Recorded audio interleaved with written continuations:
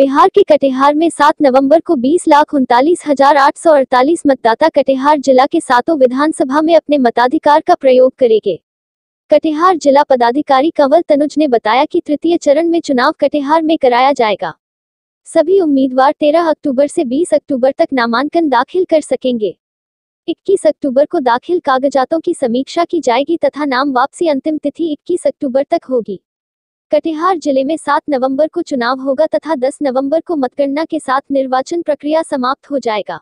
कटिहार जिला के लिए तीसरे चरण में चुनाव की घोषणा हुई है।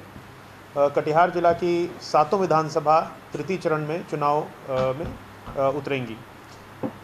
चुनाव का नोटिफिकेशन 13 अक्टूबर को, last date of nomination 20 October, scrutiny 21 October, last date of withdrawal 23 October और एक्चुअल पोल 7 नवंबर निर्धारित किया गया है।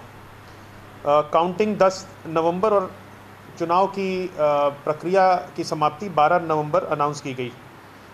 कटिहार जिला अंतर्गत 2891 कुल मतदान केंद्र स्थापित हैं, जिसमें 962 ऑक्सिलरी पोलिंग स्टेशंस का चयन और स्थापना इस वर्ष की गई है। 1929 मूल मतदान केंद्र हैं और 962 ऑक्सिलरी मतदान केंद्र मिला के कुल 2891 मतदान केंद्र इस विधानसभा चुनाव में तैयार हो गए हैं। आदर्श आचार संहिता आज से लागू हो चुकी है। धारा 144 के तहत आदेश निकाला जा चुका है और इस बार कुल मतदाताओं की संख्या अभी तक विदित हो कि ये संख्या बढ़ सकती है, क्योंकि नॉमिनेशन के अंतिम दिन तक ये मतदाता सूची फाइनल की जाती है।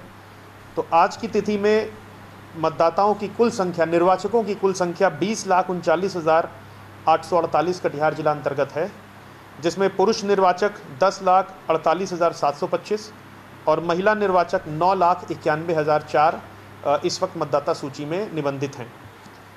इस वर्ष सतत अतिथिकरण के क्रम में कुल 88,603 निर्वाचकों का नाम निबंधित किया जा चुका है, जिसमें महिलाएं 69,390 और पुरुष 19,000 के लगभग निबंधित किए गए हैं। इस बार मतदाता सूची सशक्तिकरण के साथ कटिहार जिला में निर्वाचन संपन्न कराया जाएगा। कुल जेंडर रेशियो यानी महिला पुरुष लिंग अनुपात रेशियो जो कि 894 था फरवरी 2020 के अंतिम प्रकाशन में, वो बढ़ के 945 हो चुका है, जो कि अब तक की किसी भी वर्ष में की गई वृद्धि में सर्वाधिक है।